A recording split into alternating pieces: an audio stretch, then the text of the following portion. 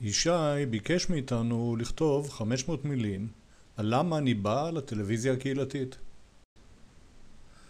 ובכן, במהלך הקרנת כתבה שהכנתי על סלובניה וקרואטיה, טלי גילתה את ערוותי.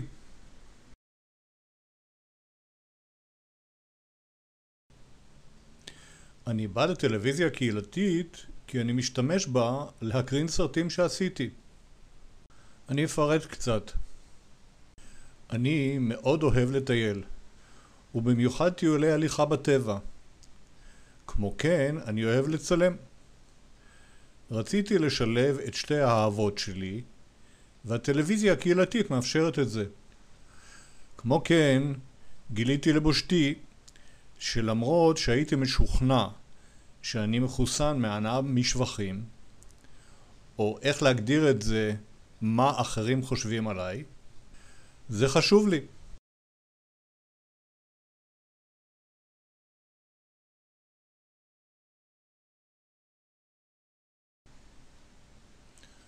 אמנם יש חסרונות, צריך לבוא כל שבוע, לשמוע את ישי מרצה, כותל, צועק, מסביר, ואולי ללמוד מזה.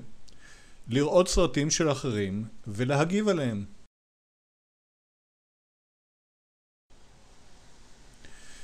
לשמוע מחמאות על הסרטים שעשיתי, ולשמוע ולהתווכח על ההערות הלא מחמיאות שאינן מוצאות חן, ולהגיד תודה למי שמחמיא לי.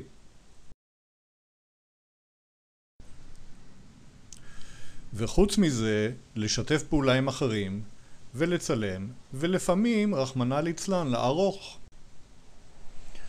ואולי גם להסביר ולעזור לחדשים. אבל זה תשלום מעט, וסך הכל אני כבר זמן רב בטלוויזיה הקהילתית, וחוזר כל יום רביעי, אולי בגלל שאני נהנה, ואולי בגלל שאני מזוכיסט. בעצם במחשבה שנייה לא הייתי מגדיר את עצמי כמזוכיסט. כפי הנראה זה הרגל, כמו הרבה מהם בגיל הזה.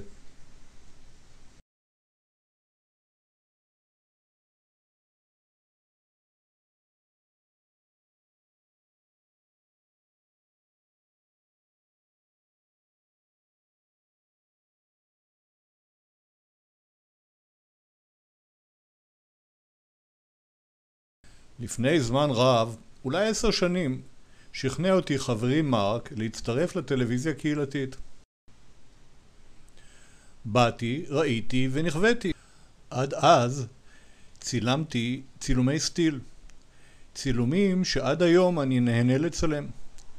יש בהם הרבה יותר איכות מצילומי וידאו, שבהם התנועה והקול מקסים על הקול. אבל אז הפקירו בידיי מצלמת וידאו, שמוליק נתן לנו הדרכה ראשונית, ויאללה, תצאו לצלם.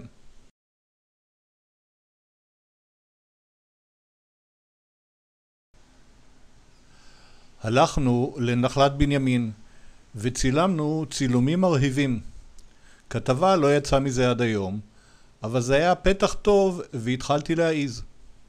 בתחילה הכנו כתבות שונות, אבל כשראיתי כי טוב, קניתי מצלמה והתחלתי לצלם בטיולים.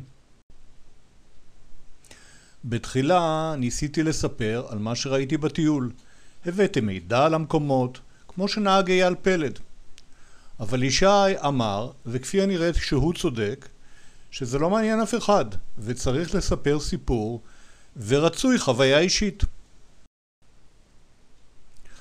ובכן, לקחתי את האתגר ברצינות, והדבר צלח בידי. קיבלתי מחמאות רבות. אמנם עדיין קיבלתי התקפות. את מי מעניין טיולים? יש אייל פלד, ולא צריך טוב ממנו.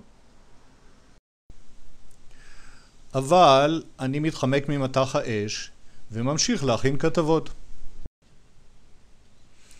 הפעם ניסיתי צורה חדשה ישנה, לשלב צילומי סטיל עם סיפור על חוויה אישית.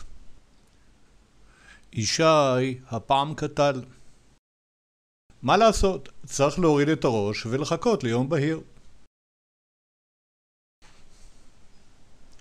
וכמו שאמרה סקרלט אוהרה בחלף עם הרוח, מחר יהיה יום חדש.